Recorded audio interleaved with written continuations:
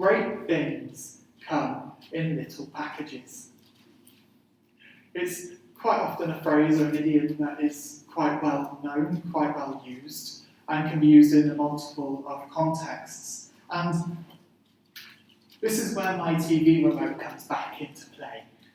Because when I was younger, I was involved in a group discussion where one person used the line of great things come in little packages because the topic of height had come up within the conversation and people were bantering and joking with one another about it. And she said, and this has stayed with me, what's the point in having the biggest of TVs if you do not have the remote to sit and turn it on?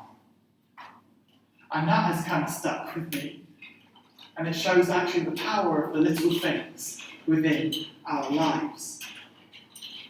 And as we come to read this famous Bible story, I think this is something that we can keep in mind, that great things come in little packages.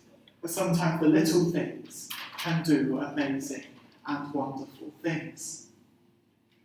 This Bible reading is the only time within the Gospels outside of the death and resurrection of Jesus that all four Gospel accounts included, and which shows the importance of this story to the early believers. All of them wanted to say something about this moment. And John here gives his account. And John, as a book, was written about 40 years after the other Gospels. So John, as an author, would have taken a lot of information from Matthew, Mark, and Luke as a given. People would have known that information already, so he doesn't need to waste paper telling you all the information you already know. So he gets to focus in on some different bits of information. From our reading of the other Gospels, we know that this happens just after Jesus finds out about the execution of his cousin John the Baptist.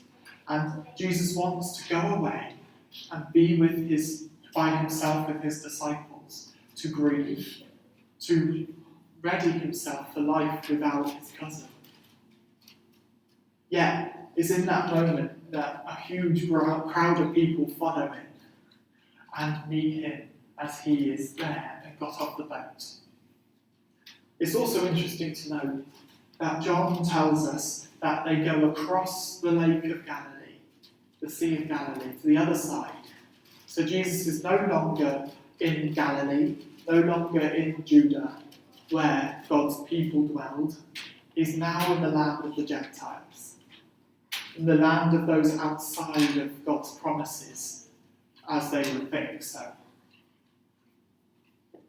But when we think of that, we see that Jesus' power isn't just limited to a geographical location, but anywhere and everywhere can have his power.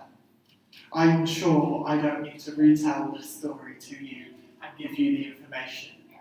It's something that from Sunday school onwards, I'm sure we've always been told about 5 loaves, 2 fishes that feed 5,000 people. However, I really want to focus in on the reactions of the disciples.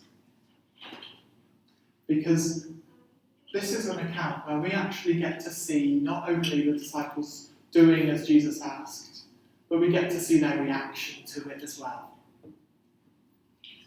And really, it's quite an amazing thing.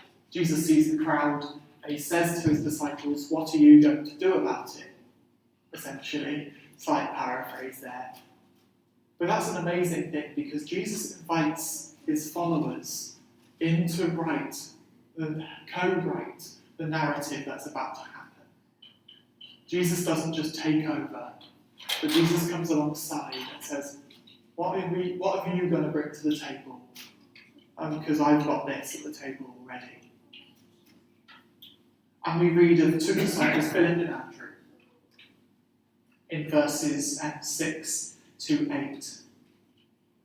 And Philip is quite amazing, and I think he would do what the majority of us would do in that situation.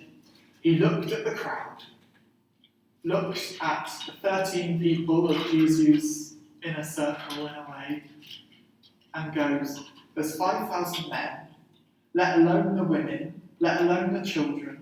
So chances are there's about 20,000 people there, if we take averages.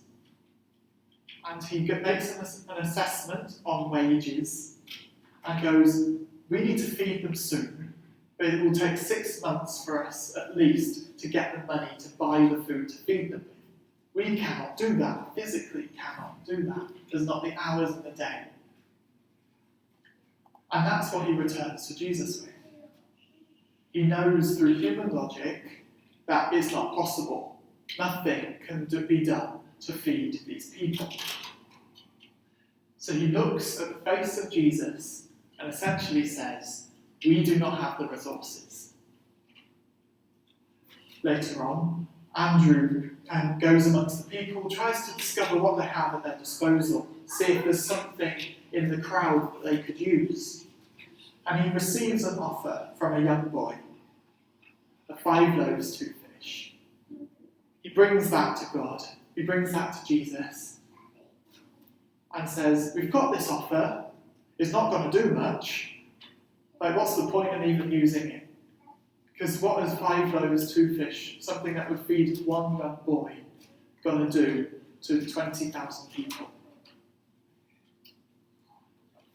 And so essentially, Andrew overlooks the young boy's offer and says again, we do not have the resources to do this. And maybe if we were in the narrative, if we were there on the day, we would have looked at Jesus and went, what on earth could we do in this situation? We can't do anything. Literally all we have are 5 of the tiniest loaves and 2 of the tiniest fish. What difference is that going to make? But when we look at John as a whole, Jesus has already performed 2 of his miraculous signs that prove that he is who he says he is. They already know that Jesus can do things that are far beyond what they can imagine. All we need to read is the turning the water into wine at Cana at the wedding, and also the healing of a man who had been ill and really suffering for over 30 years. The power which Jesus shows in those moments. When we think about that in the context of the book as a whole, would we, if we were there, face Jesus in the light of all that we know as well and go, we don't have the resources. What we have isn't good enough. Because that is the question that comes up. Within our lives, we face different challenges. We're not going to hopefully, like with Lunch Club on Tuesday, hopefully we're not going to have 20,000 people all of a sudden walk into our hall expecting a 2-course dinner. If they do, I think all of us would panic. We wouldn't be able to do it. However, we are all called to make disciples of everyone we meet, teaching them in the way of the life of Jesus. And we are also called to be reflectors of holiness, to be people that show the love of God to everyone we meet, regardless of whether we like them.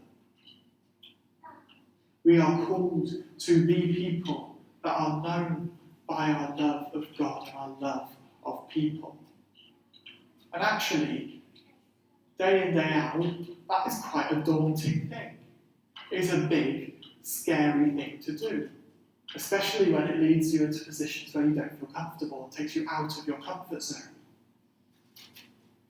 But in those moments, what is our response when Jesus calls us? Are we like the disciples here and say, we don't have the resources, we can't do this?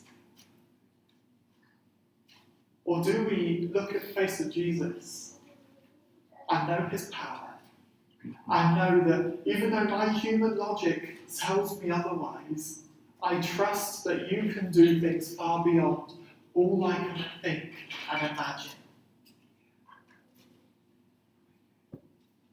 As a church here in Winchester, we are smaller than we've been for a long time, numerically. And like sitting here for the year that we've had, and sitting in your homes, we've spoken through, and people have said how, oh, we used to have a band of this amount of people. We used to have a congregation of this amount of people. But things happened, and our congregation has shrunk. Logic would say, realistically, we can't do much. Like, we don't have the people, we're not able to do as much as we used to do. However, we have a God who is still victorious. We have a God who can still do amazing and wonderful things, and we have a God who is not finished with us yet. He still invites us to the table to bring what we have. We may only have a little. What we have might seem insignificant. Yet, we have a God who is mighty. We have a God who is strong.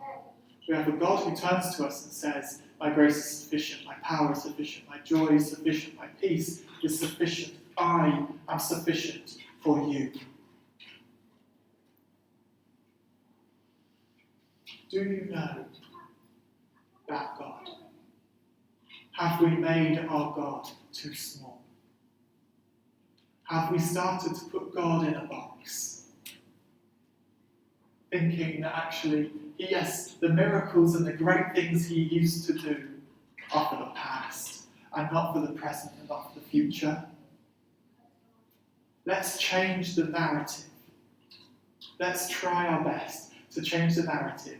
Because Jesus died and rose again, and the same power that raised him from the dead, from the grave, is the same power that lives within us as believers. So who knows what can happen in the future? Some great and wonderful things. I'm excited to walk into the future with God, because I know great things are going to happen here. But what's your reaction? When we've reached the end of our earthly resources, the Father's forgiving is only begun. Is that true for you today?